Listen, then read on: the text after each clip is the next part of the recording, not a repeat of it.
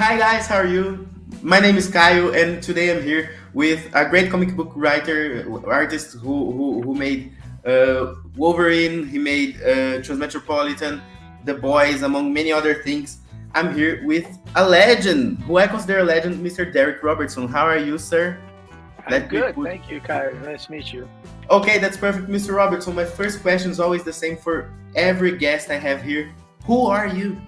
Okay, I'm Derek Robertson. I co-created two or three very popular titles: Transmetropolitan, The Boys, and Happy.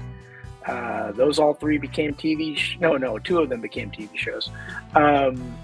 And I worked on many books for Marvel and DC over the years, including Justice League, Batman, Spider-Man, Wolverine, Nightcrawler, The Punisher. I have written and drawn a lot, Conan the Barbarian and Batman most recently. So I'm a writer and I'm an artist and technically an executive producer. So my first question is about the Justice League Hero. That, as I said, it's the first comic that I read yours, and I love it. It was written by Keith Giffen and J.M. DeMatteis at the time. It is part of one of the most important post-crisis comics of the Justice League. So, and at the time you were starting your career. So, how was it for you to work in a comic that is huge? It's a huge comic, and when you're still starting doing this very important Justice League Hero. I was very blessed. I mean, the only thing I can say is that I was aspiring to get into Marvel or DC to work on books like Wolverine and Justice League. And I thought I'd have to start on much smaller titles and work my way up. And I was blessed enough that my very first Marvel book was an issue of Wolverine, and my very first DC comic was for Justice League Quarterly #4, and that was with J.M. DeMatteis writing solo. And it was a really fun story, and he and I are still friends. And I was a huge fan of the book when I got the job, so I couldn't believe my luck. I'm good friends with Kevin Maguire now too, who was like my hero artist. He and Adam Hughes were doing amazing work on Justice League, and so all I wanted to do was go in there and emulate them and try to capture that magic and give everybody great facial expressions and have them act and things like that. And I guess I did okay. They assigned me Justice League Europe after the Quarterly story came out so well. They were very happy with what I had done. So I got assigned a 6-issue run on Justice League Europe. That's technically my first mainstream monthly book. Nice, that's perfect. And it's, as I said, my first comic that I read yours, and it's such a nice comic because it's very important, and I started to love in your art there because since there I see the inspirations by George Pérez clearly, and I love that. Love George Pérez. That's an interesting thing that Teen Titans, and there's an interesting thing about that because I see your inspiration on George Pérez, but also I can see a lot of, it's original. Your art's very original, and it's different as you can see these differences. You think this difference they come over the years, or it's something natural while you're mixing arts from artists you like? I don't do a good job of mimicking anybody intentionally. I study, like there's when I wanted to ink better in the recent years, I started really looking closely at like Dave Stevens and Bernie Wrightson and how they ink. So that's going to creep in. Brian Bolland has always been my favorite artist, and I've always tried to emulate his style, but he's supernatural to me. Like, I don't think anybody can ink the way Brian Bolland did. I have one of his originals hanging in my studio, and I still look at it and just the line is so perfect that it's like magic to look at it. but I just always I always draw inspiration from the artist, but I'm not very good at copying them. If I try to copy somebody else's style, it falls flat for me. So I always try to I'm just doing my thing. But John Romita Jr. once told me, like, that's how you stay relevant. It's just, pay attention to what's happening, adapt it into your work, but always be you. Do your own thing, and just try to stay contemporary with what's changing around you. That's perfect. And at this point, at this point, I just try to be a good artist. I don't really try to look like anybody else. I don't, I'm very critical of my own work, so it's hard for me to see what other people see, but I appreciate that other people like it, No, it's working. If you're trying to be a good artist, it's working. That's what's most important.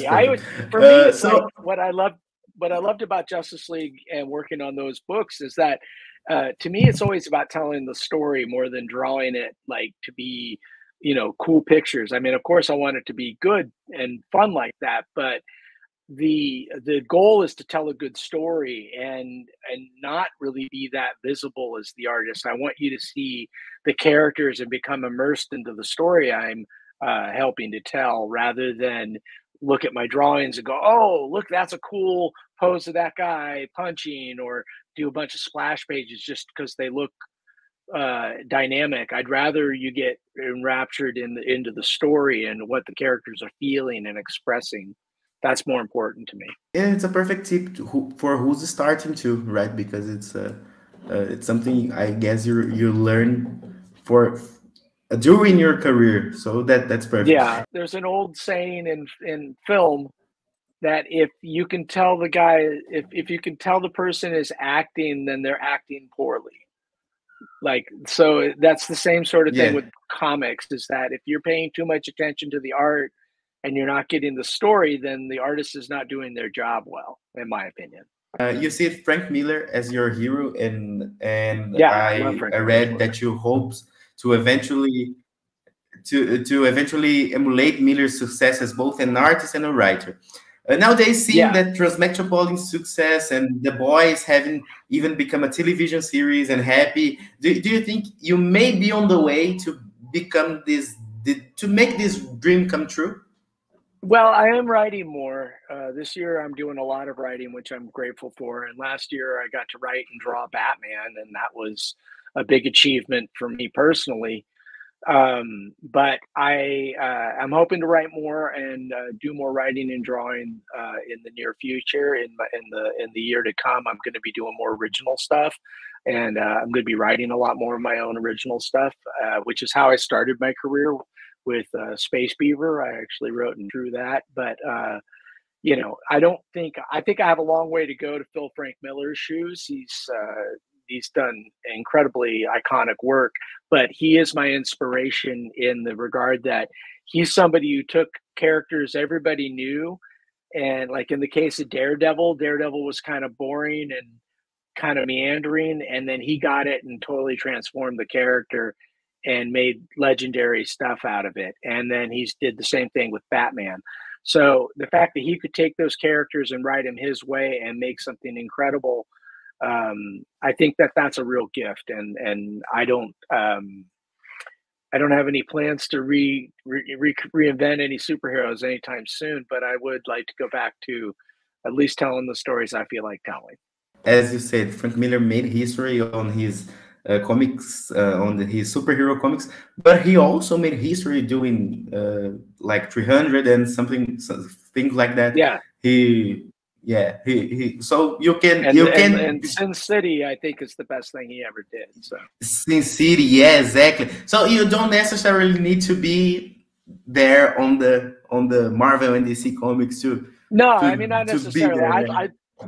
I love that he got his time with it. I feel like every time I've had my turn with the big Marvel characters, something outside of what I was doing interfered, so I didn't get to really follow through with what my vision was going to be for some of those projects, that because they were, like Marvel and DC are very much Warner Brothers and Disney now, but 10, 15 years ago, it was just beginning to go that direction. And so what's nice is that, you know, while I'm really happy that The Boys is a TV show and I've been a part of these things, it's like that credit tends to go to the writer more than me, and that's okay. But at the same time, I mean, with The Boys, it's exciting because they're using, you know, the influence that my designs have on that show are really clear, and I've done artwork for the show, and you know, they're very nice to me and happy that I'm involved. But going forward, I really want to be able to say that I created something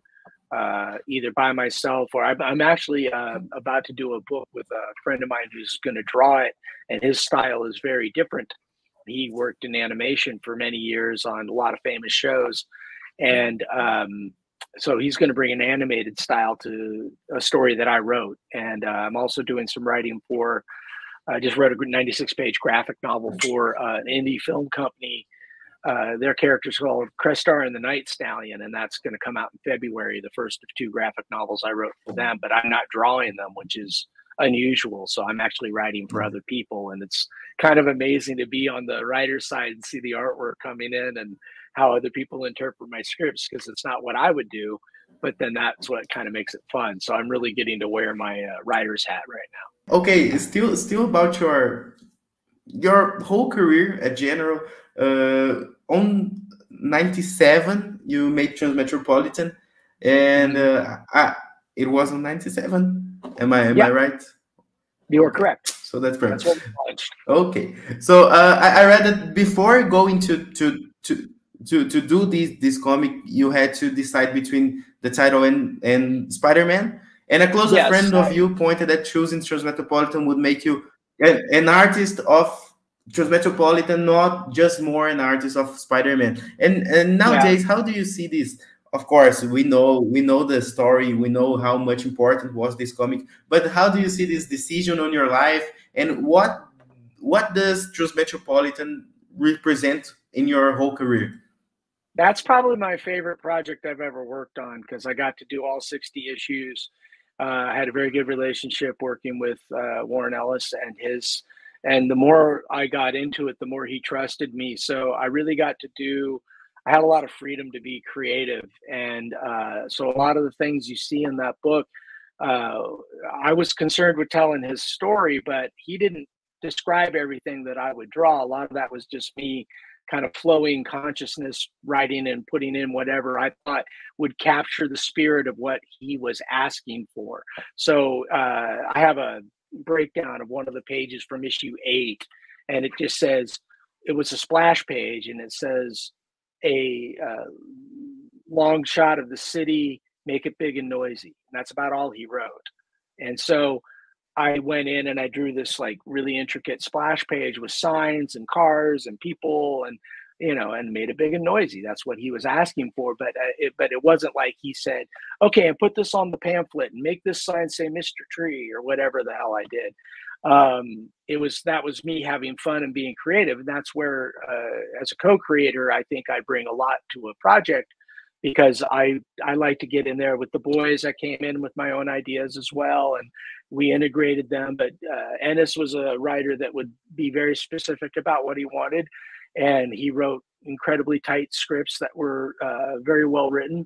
And Warren was more open. He was more focused on the dialogue and what the characters were saying and doing than it was about directing my artwork. So they were very different projects, but I love the freedom I had with Transmetropolitan. And it was challenging. I was young enough that I could keep up with the deadlines, despite my own personal world being crazy at the time. So yeah, it was the right choice. The idea that, I mean, I had already worked on Spider-Man. I would still like to work on Spider-Man again if the opportunity came up. I would say yes, but I don't regret not. It would have been a book that actually would have been canceled after a few issues anyway. So I kind of made the smarter choice in that I did a book that ran for 60 issues, and I probably would have only done about a handful of the Spider-Man team-up book that they offered me at the time. And I had waited around to get offered a regular book quite a while. So when I was ready to get out of comics entirely at that point, because it looked like the whole industry was collapsing. and I didn't see a future with me in it. So Transmet was kind of like the last. I figured if I'm going to do another project, I might as well do something that would be fun. And I thought working with Warren Ellis on an ongoing book would be fun, and it was. And luckily, we created something that has been. It's more popular now than it was when we were making it. So that's unusual. It's unusual, and it's nice to see, like, for example, here in Brazil we have all the time it's being republished, Transmetropolitan and things like that. So for example, in 2015 we had a republication, and we had it again in 2017, I guess. And it's like, 2 years, and like Sculpted is like that too. It's a work. I already chatted with RM Guerra here, so it's like that too. It's something like it's always on the mainstream, and it's really nice. It's a scene of mine that I didn't read yet, but I have to, and I will at some point. So let's go. Okay, here. Oh yeah. So you made as we said, you worked on the Marvel Max a lot. You worked on The Boys itself, but and this kind of comic, this adult comic, it's something that appeared for you naturally, and I'll start to work with this, or were something that you already want to do, or I will start. Yeah. As you have Frank Miller as your inspiration, I guess there's some north there. Yeah. I have no. What happened is I wasn't necessarily, thinking, oh, now I'm going to do my Frank Miller thing. I don't think I could. I mean, his artwork is so distinct and his writing is so distinct. It was more who he represents to me than trying to emulate his projects. I actually have a very dark sense of humor. I was joking about nobody remembering Space Beaver, and as a result, I had the copy of Space Beaver handy. But when I was, my first comic book when I was 17, I actually went in and was it in here? I had a very dark sense of humor even as a kid. So like, I love the idea of these funny animals shooting each other and there being blood and guts, and that's just sort of my dark sense of humor. I was hoping to show you one of the creepier panels, but it's not in here. Because what kind of collection would leave stuff out? But here's a good example. I have this is a dream sequence that the character's having, and his girlfriend starts to spit blood. It's all animals. So she was a rabbit.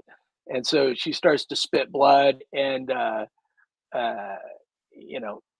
she starts to tear her face off. It's backwards for me, so forgive me. But and then she transforms like into this like hulking version of his big enemy,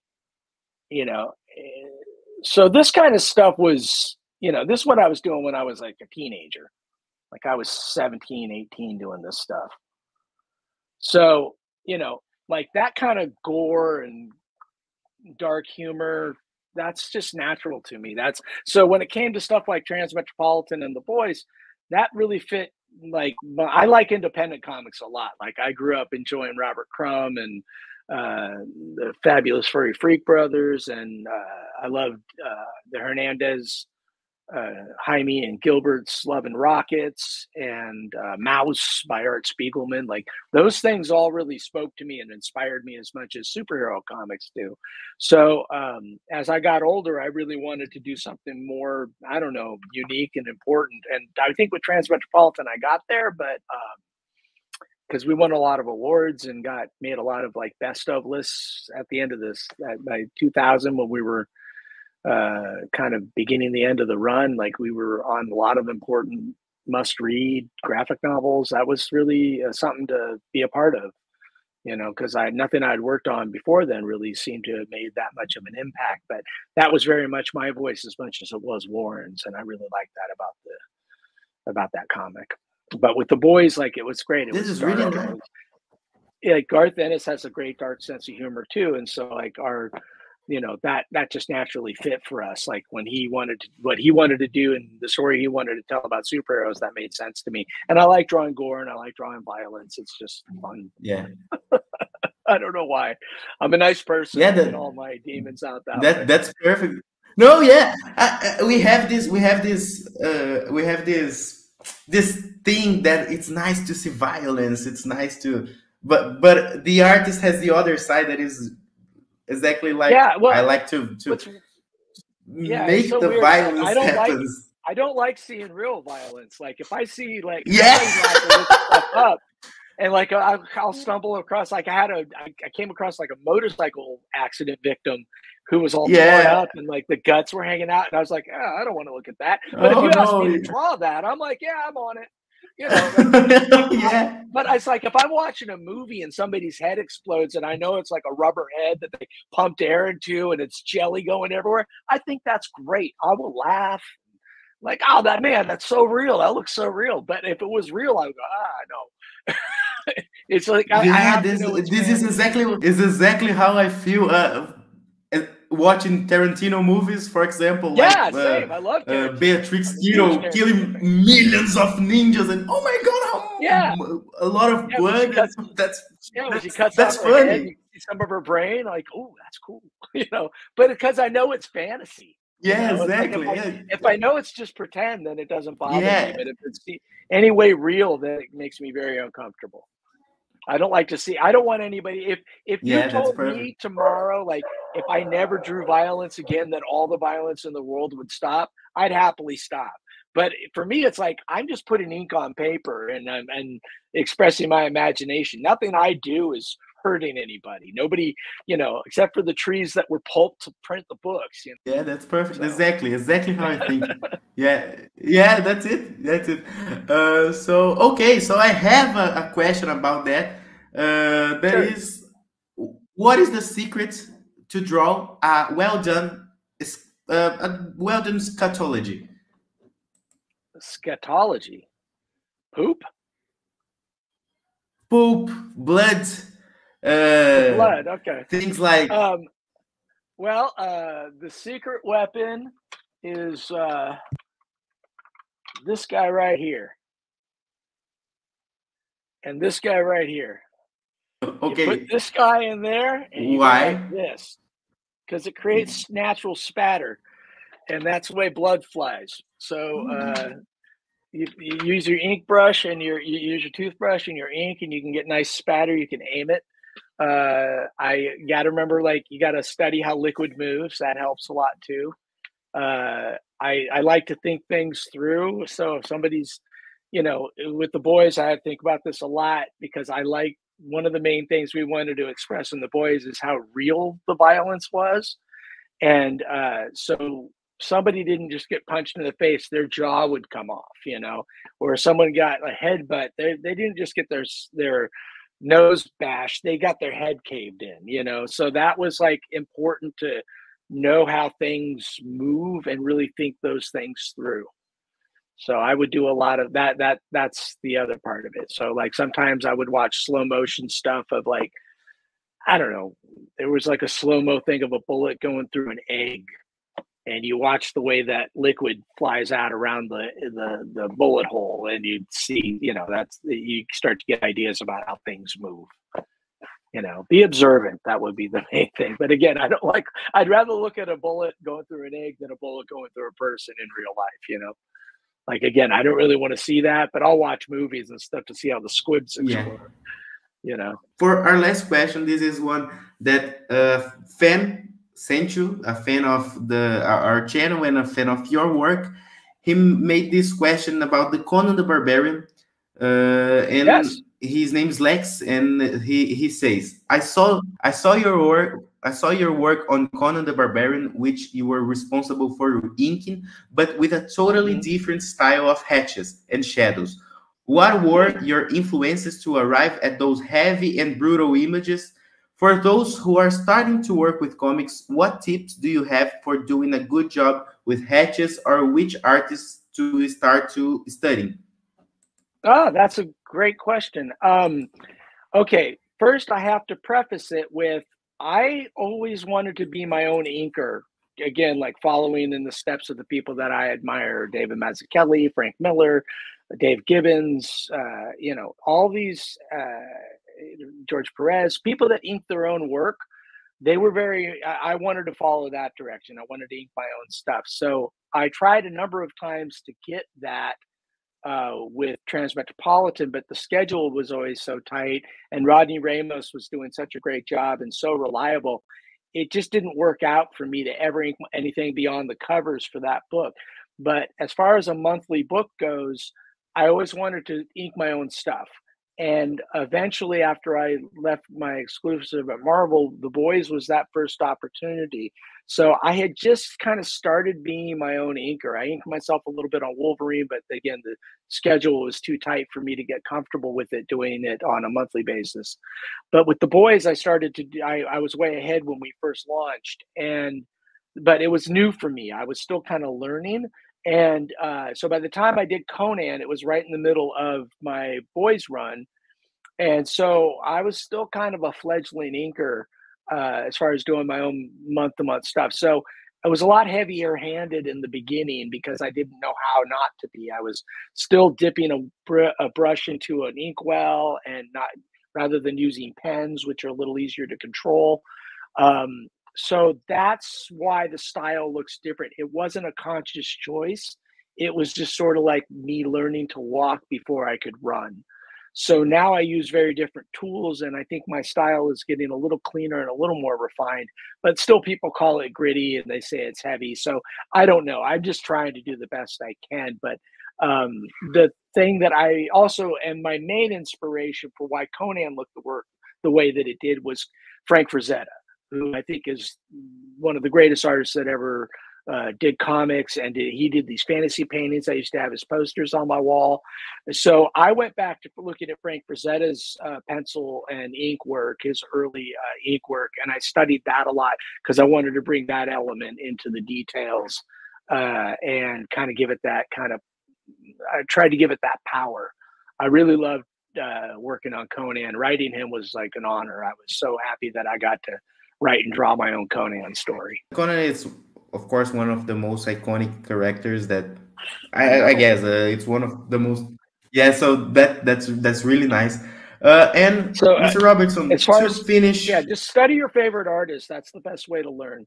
But study the people you admire. If you like somebody's work, then just try to figure out how they did it, and just try to, study very closely. The thinnest line is where the line starts usually.